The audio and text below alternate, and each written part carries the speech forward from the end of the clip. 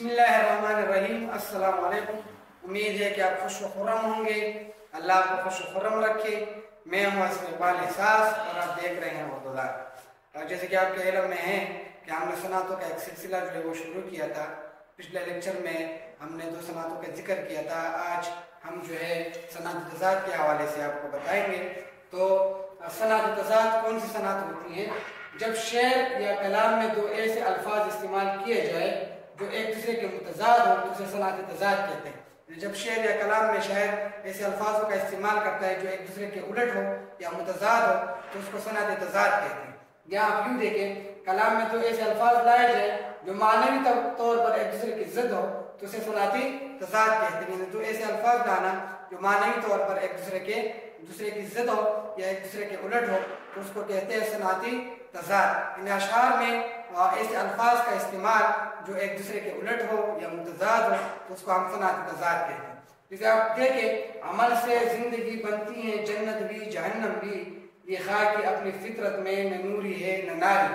अब यहाँ देखें, जन्नत और जहन्नम तो ये अल्फाज मुतज़ाद है, नूरी और नारी ये अल्फाज मुतज़ाद है। तो इस शेर में सनाती तज़ाद का इस्तेमाल किया गया है। दूसरा शेर देखें, सुबह होती है शाम होती है उम्रें वही तमाम होती है। ये जो सुबह और शाम है ये है मुतज़ाद अल्फाज। तो जब शायर कलाम में ऐसे अल्फाज का इस्तेमाल करते हैं जो एक दूसरे के मुतज़ाद हो या उलट हो तो उसको सनाती तज़ाद कहते हैं। अब दूसरा आ जाए, यहाँ है सनाती तकरार। यानी जब शायर अपने शेर या कलाम में 2 ऐसे अल्फाज इस्तेमाल करे जो लिखने और बोलने में एक जैसे हो और दोनों के मानी भी एक ही हो तो उसे सनाती तकरार कहते हैं। जब शायर अपने कलाम में 2 ऐसे अल्फाज का इस्तेमाल करे जो लिखने में भी एक जैसे हो, उनके माने भी एक जैसे हो, लेकिन जो है